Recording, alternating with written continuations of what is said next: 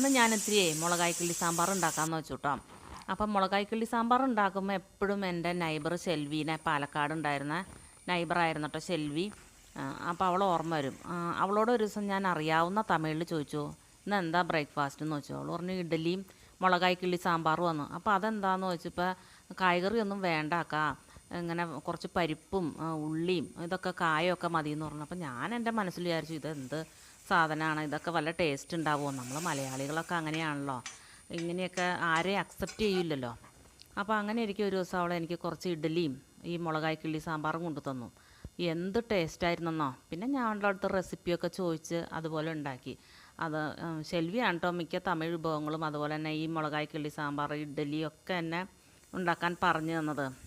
ഇതൊക്കെ ആ ഫ്രണ്ട്ഷിപ്പ് എപ്പോഴും ഒരു സുഖമുള്ള ഓർമ്മയല്ലേ. ഷെൽവീനെ ഞാൻ ഒരിക്കലും മറക്കാറുമില്ല. ഇങ്ങനെ ഓരോ വിഭവങ്ങൾ ഉണ്ടാക്കുമ്പോൾ അവളോ എപ്പോഴും ഓർക്കുകയും ചെയ്യും.